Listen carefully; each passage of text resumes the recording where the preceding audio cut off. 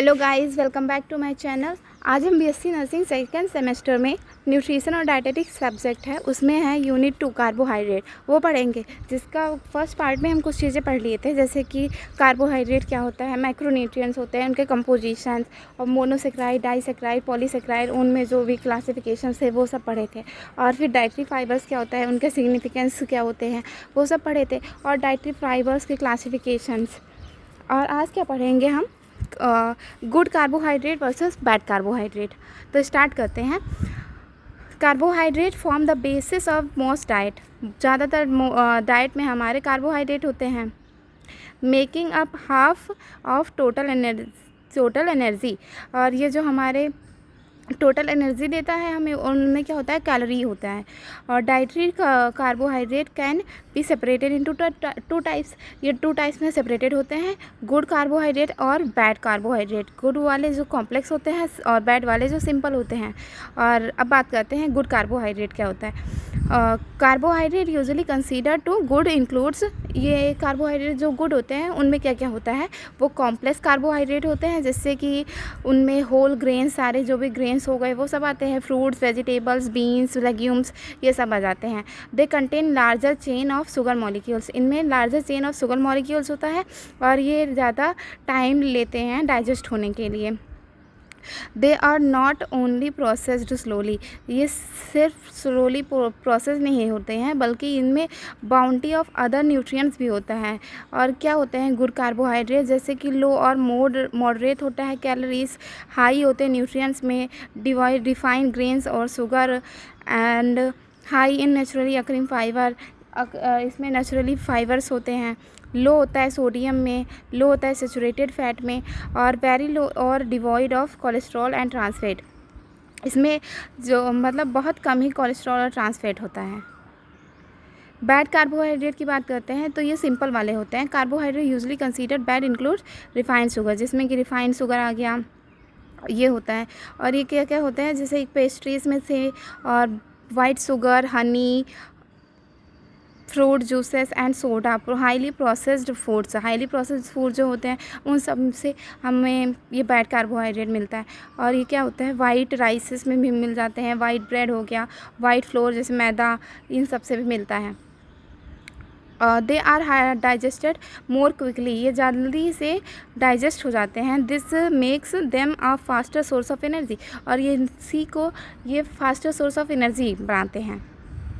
यही सब चीज़ें मिल के इसे फास्टेस्ट सोर्स ऑफ एनर्जी बनाते हैं। Also this types of carbohydrate do not offer as many additional nutrients, और ये सब मतलब कार्बोहाइड्रेट, जो ये टाइप्स के कार्बोहाइड्रेट होते हैं, ये कुछ एडिशनल न्यूट्रिएंट्स नहीं ऑफ़र करते हैं। बैड कार्बोहाइड्रेट में क्या क्या होता है, कैलोरीज हाई होती है, मैनी न्यूट्रिएंट्स की कमी होती है, फाइबर भी कमी होती है, और हाई इन सेचुरेटेड फैट इनमें ज़्यादा होता है, कोलेस्ट्रॉल और ट्रांस फैट भी होता है, और फुल ऑफ रिफाइंड शुगर, इसमें भर के रिफाइंड शुगर होते हैं, और हाई इन सोडियम, इनमें सोडियम भी होता है। अब बात करते हैं कैलोरिक वैल्यू ऑफ कार्बोहाइड्रेट का कैलोरिक वैल्यू, कैलोरीफाइक वैल्यू या फिर कैलोरिक वैल्यू। ये क्या होता है, फूड होता है कि ऑफ द फूड, किन मतलब फूड के is the amount of heat produce, ये उन फूड का ही अमाउंट होता है कि कितने हीट प्रोड्यूस होते हैं 1 ग्राम कंजम्पशन करने में। और it is expressed in terms of calories, और इन्हें हम कैलोरीज़ के टर्म्स में एक्सप्रेस करते हैं पर ग्राम या फिर जूल पर केजी, इन सब में। और कैलोरीफिक वैल्यू क्या होता है कार्बोहाइड्रेट का, 4 किलो कैलोरीज पर ग्राम होता है। रिकमेंडेड डेली अलायंसेस, RDA क्या होता है, कार्बोहाइड्रेट इंक्लूड मतलब नियरली ये 45 to 65% पीपल में प्रोवाइड होता है, मतलब टोटल कैलोरीज प्रोवाइड करते हैं। और 1 ग्राम कार्बोहाइड्रेट में कितना, 4 किलो कैलोरीज होता है, और ये हमें कहाँ डाइट से प्रोवाइड होता है। 1800 कैलोरीज पर डे हमें लेना होता है, और ये should not eat more than, और ये मतलब 200 ग्राम से ज़्यादा नहीं खाना चाहिए। अगर प्रेग्नेंट वुमेन है तो उसे 175 ग्राम्स की नीड होती है पर डे कार्बोहाइड्रेट में।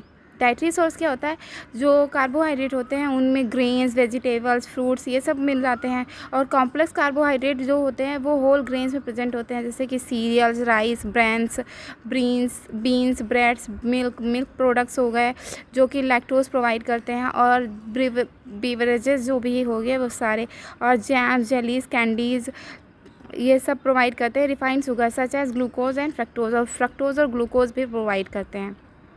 Food which are rich in carbohydrate, ऐसे कौन से फूड है जो कार्बोहाइड्रेट में रिच होते हैं? डेयरी प्रोडक्ट जैसे कि मिल्क, योगर्ट और आइसक्रीम, इन सब में कार्बोहाइड्रेट होता है। और whole fruits and fruit juices उनमें भी होता है। Grains, cereal grains, bread and rices, beans और पल्सेस, सुगरी स्वीट्स जैसे कि सोडा। जब हम फ्लूइड इनटेक करते हैं तो फ्लूइड इनटेक हाई हो जाता है तो जैसे कि कैंडीज़, कुकीज़, डेजर्ट इन सब में होता है। स्टार्ची वेजिटेबल्स, पोटैटोज़ और कॉर्न्स में भी होता है। फंक्शन क्या होगा कार्बोहाइड्रेट का? Are necessary for good health and give a variety of benefits, ये हमारे गुड हेल्थ के लिए इम्पॉर्टेंट है और ये बेनिफिट्स ज़्यादातर वैरायटी, अलग अलग वैरायटी के बेनिफिट्स भी हमारे बॉडी को देते हैं। Brain health, carbohydrate are often blame for weight gain, carbohydrate को हम ब्लेम करते हैं कि उससे हमारा वेट गेन होता है, but right kind of carbohydrate, अगर हम सही से कार्बोहाइड्रेट का कंजप्शन करेंगे तो एक्चुअली वो हमारे हेल्दी वेट को मेंटेन करेगा। और this can happen due to consumption of many good carbohydrate, अगर हम अच्छा कार्बोहाइड्रेट का कंजम्पशन करेंगे तो स्पेशली जैसे कि whole grains, vegetables with skin which contains fibre, तो हमारा मतलब ब्रेन हेल्थ को वो फाइबर्स और ये जो ग्रेन्स हो गए, वेजिटेबल्स हो गए, ये बेनिफिट प्रोवाइड करेंगे। Good source of nutrients, whole unprocessed fruit, जो अनप्रोसेस्ड फूड्स होते हैं, वेजिटेबल्स होते हैं, are known for their nutrients content, वो उनको उनके न्यूट्रिएंट कंटेंट के लिए जाना जाता है। और ये जो फूड स्टफ्स हो जाते हैं, स्टफ फूड्स होते हैं, इन्हें सुपर फूड्स भी बोलते हैं, जैसे कि ग्रीन लीफी वेजिटेबल्स हो गए, sweet potato, berry, citrus apples हो गए। होल ग्रेन जैसे कि सिग्निफिकेंट हायर अमाउंट होता है इनमें फाइबर, एनर्जी और पॉली अनसैचुरेटेड फैट्स जो होते हैं वो, जैसे कि सारे micro nutrients except vitamin B12 and sodium, vitamin B12 और सोडियम को छोड़ के जो भी माइक्रो न्यूट्रिएंट्स होते हैं वो सारे। और जो whole grains have also been shown as contains antioxidant, और जो सारे ग्रेन्स होते हैं उनमें भी क्या होता है, एंटीऑक्सीडेंट्स होते हैं।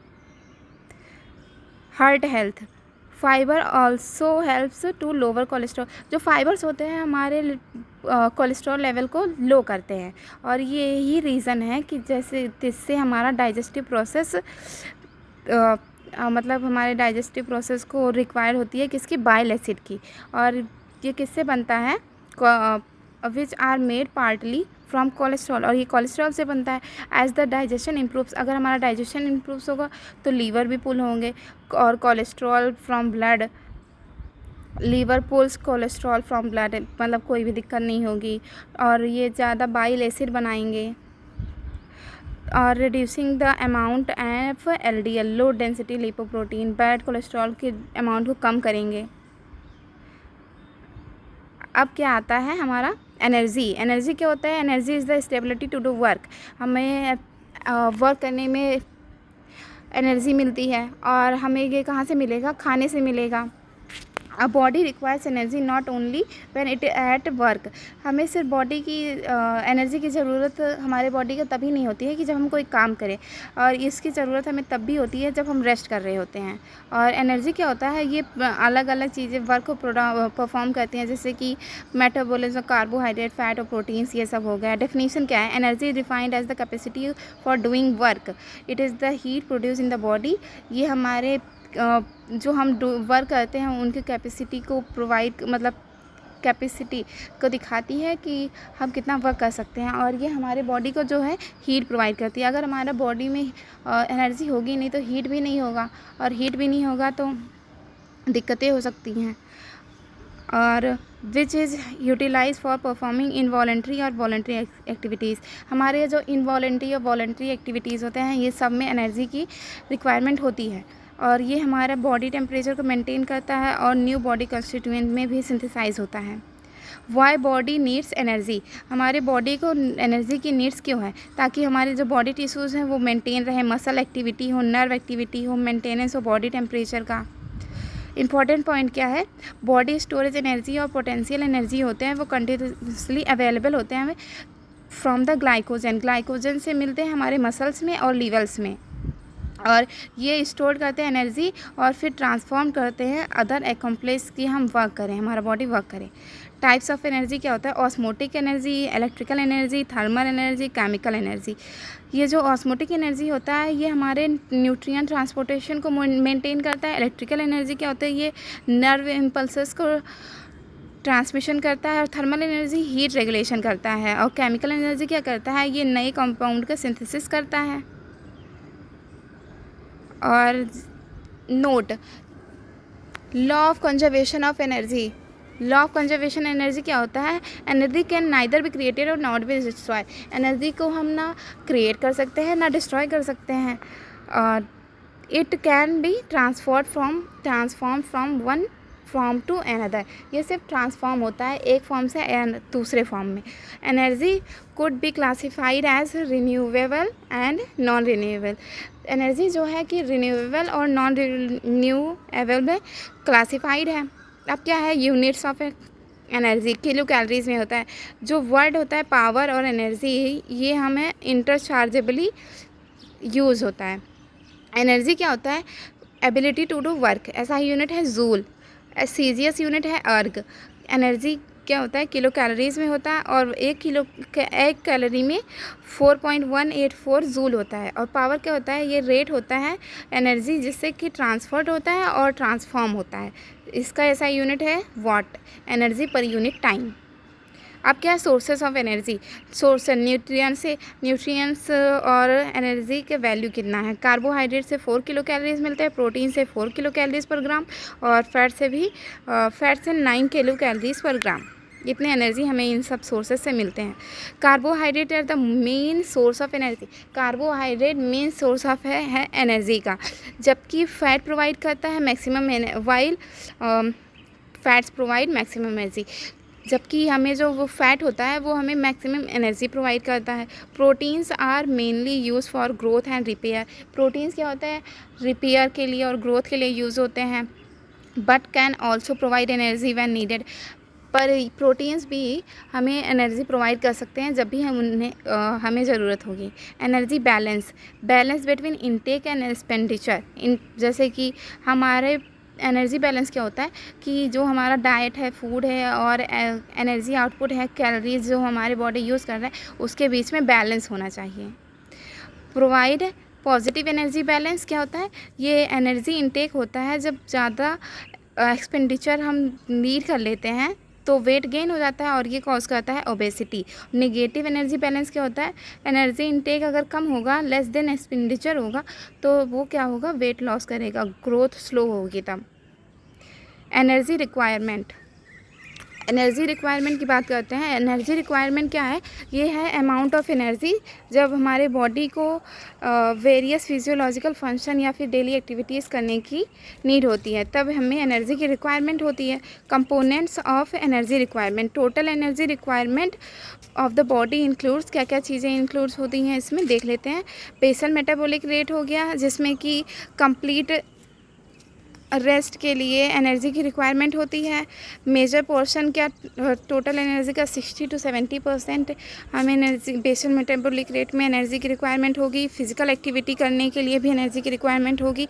जो हमारे डेली एक्टिविटीज़ हो गया, जैसे वॉकिंग, रनिंग, एक्सरसाइजेस कुछ भी करते हैं या कोई भी काम करते हैं, तो उनमें भी हमें एनर्जी की रिक्वायरमेंट होगी। अलग अलग लाइफस्टाइल में भी, जैसे कि सीडेंट्री वर्क है, जैसे जो बैठ के काम करते हैं उसमें लेस एनर्जी। हैवी वर्क जैसे कि हमारे लेबर्स हो गए, मज़दूर हो गए, जो रिक्शा ऑटो वाले हो गए, उनको ज़्यादा एनर्जी की ज़रूरत होती है। Thermic effect of food. Energy required for digestion के लिए, एब्जॉर्प्शन के लिए, मेटाबॉलिज्म के लिए, फूड के, इन सब के लिए भी एनर्जी की रिक्वायरमेंट होती है। 10% ऑफ टोटल एनर्जी अब 10% हमें टोटल एनर्जी चाहिए होता है। और ग्रोथ और physiological needs. Extra energy requireds during, जब हम चाइल्डहुड, एडोलसेंस, प्रेगनेंसी, लैक्टेशन, इन सब में भी हमें एनर्जी की रिक्वायरमेंट होती है। इससे क्या समझ में आता है कि एनर्जी ना हमारे बॉडी के लिए बहुत ज़्यादा ही ज़रूरी है। Factors affecting energy requirement: age, sex, body size, physical activity, climate और फिजियोलॉजिकल कंडीशन, हेल्थ स्टेटस, ये सब भी निर्भर करता है। अब आएगा इम्पोर्टेंस ऑफ एनर्जी रिक्वायरमेंट। ये हमारे बॉडी फंक्शंस को मेंटेन करता है, अंडर न्यूट्रिशन, ओवर न्यूट्रिशन को प्रिवेंट करता है, और ये हमारे ग्रोथ और डेवलपमेंट के लिए भी ज़रूरी होता है, और प्लानिंग करता है बैलेंस डाइट को, मतलब बैलेंस डाइट को प्लान करने में भी हेल्प करेगा। Total energy requirement: BMR plus physical weight plus TEF। TEF क्या था, अभी तो मैंने पढ़ाया था यहाँ पे, थर्मिक इफेक्ट ऑफ फूड। ठीक, इन सब को टोटल हम काउंट करेंगे, उससे हमारा टोटल एनर्जी रिक्वायरमेंट निकल के आएगा। अब है बेसल मेटाबॉलिक रेट। ये मिनिमम अमाउंट होता है हमारे एनर्जी का, जहाँ पे बॉडी मेंटेन करती है लाइफ के लिए। जो पर्सन होता है कंप्लीट फिजिकल इमोशनल रेस्ट करता है बॉडी टेम्परेचर के लिए पोस्ट ऑब्जर्वेटिव स्टेजेस, जैसे कि 12 आवर्स आफ्टर द मील्स, उन सब में BMR। और बेसल मेटाबॉलिक रेट क्या होता है, ये हम एनर्जी को मेज़र करते हैं कि कितनी हमारे रेस्टिंग बॉडी को जो एक्टिविटीज़ होती हैं उनमें कितनी एनर्जी की रिक्वायरमेंट है। और ये सिर्फ डायरेक्टली नहीं हीट प्रोड्यूस नहीं करते हैं, और इनडायरेक्टली ऑक्सीजन इनटेक से। The BMR can be measure directly. BMR हम डायरेक्टली मेज़र कर सकते हैं कहाँ से, जब वो हीट प्रोड्यूस करता है, और इनडायरेक्टली कहाँ, जब ऑक्सीजन इनटेक होता है, और कार्बन डाइऑक्साइड एक्सपेंडिचर होता है when the subject is at rest. अब है फैक्टर अफेक्टिंग BMR। अब ज़िंदा रहने के लिए, फंक्शनिंग करने के लिए हमारी बॉडी को energy millions of chemical processes होते हैं, उन सब के लिए ज़रूरी होते हैं। और इसे क्या बोलते हैं, मेटाबॉलिज्म करने के लिए। ठीक, बॉडी साइज़ क्या होता है, हीट इज़ कंटिन्यूसली लॉस्ट। हमारे बॉडी से हीट कंटिन्यूसली लॉस होता है। A tall and well build person has greater skin surface. उसके पास ज़्यादा, मतलब हट्टे कट्टे इंसान के पास स्किन सरफेस ज़्यादा होगा, और तो उसका जो एरिया देन अ सॉल्टर और स्मॉलर पर्सन, जो छोटा और सॉल्ट हाइटेड पर्सन होता है, उसके हिसाब से उसका जो स्किन सरफेस का एरिया होगा वो ज़्यादा होगा, और वो ज़्यादा हीट लॉस करेगा तो यहाँ से, स्किन से। और इसी को हायर BMR बोलेंगे। एज क्या होता है पर्सन का, age as the person gets older. जैसे कि पर्सन ओल्ड होते हैं तो उनका मेटाबॉलिक रेट जो होता है वो स्लो हो जाता है, और ये क्या होता है, लॉस ऑफ मसल टिश्यू। फिर मसल टिश्यू का लॉस होता है, हार्मोनल और न्यूरोलॉजिकल चेंजेस हो जाएंगे। जेंडर क्या होता है, मेन में usually larger than women. Main में वुमेन से ज़्यादा की ज़रूरत होती है। जनरली है फास्टर मेटाबॉलिज्म, इनमें जब होता है फास्टर मेटाबॉलिज्म हुए होता है। Stress raises BMR। स्ट्रेस भी जो है वो BMR को रेजेस करते हैं। फिजिकल एक्टिविटी क्या हो गया, रेगुलर एक्सरसाइजेस भी इंक्रीज़ करते हैं हमारे मसल को, मास को, और हमारे बॉडी को किलो जूल को बर्न करने के लिए फास्टर रेट से। और हाइट, टॉल पीपल में BMR हाई होता है। हार्मोनल फैक्टर में इम्बैलेंस होता है, अगर कंडीशन होगी तो उसमें क्या हाइपो और हाइपरथायराइडिज्म होता है, और ये हमारे मेटाबॉलिज्म को अफेक्ट करते हैं। फास्टिंग और स्टारवेशन ये लो करते हैं BMR को। इन्वायरमेंटल फैक्टर्स भी, जैसे कि हो गया, ये अफेक्ट करते हैं मेटाबॉलिज्म को। और अगर बहुत ज़्यादा कोल्ड है या फिर बहुत हॉट है तो हमारा बॉडी क्या होगा, वो हार्ड वर्क करेगा to maintain its normal temperature, ताकि उसका जो नॉर्मल टेम्परेचर है वो मेंटेन रहे। और ये इंक्रीज़ होगा कहाँ, मेटाबॉलिक रेट से। ड्रग्स जैसे कैफ़ीन, निकोटीन इंक्रीज़ करते हैं मेटाबॉलिक रेट को। और एंटी डिप्रेसेंट्स और स्टीरॉइड्स क्या होता है, ये वेट गेन को और रिगार्डलेस जब हम खाते हैं तो उनको कंट्रीब्यूट करता है। और diets, it can also slow down the metabolism. ये डाइट्स जो है ये मेटाबॉलिज्म को स्लो करते हैं। जब person does not have enough iodine, उसके पास अगर इनफ आयोडीन नहीं है तो प्रॉपर थायराइड फंक्शन के लिए। Pregnancy, the last trimester of pregnancy, जो लास्ट ट्राइमेस्टर होता है प्रेगनेंसी का, तो वहाँ पे BMR इंक्रीज़ होता है 15 to 25%। और ये इंक्रीज़ होता है मसल्स में और मास ऑफ यूट्रस। बस हमारा ये जो कार्बोहाइड्रेट सब्जेक्ट था ये यहीं पे ख़त्म होता है। अगर आपको समझ में आया तो लेक्चर को लाइक कर दीजिएगा, चैनल को सब्सक्राइब कर दीजिएगा और ज़्यादा से ज़्यादा शेयर करिएगा। Thank you for watching.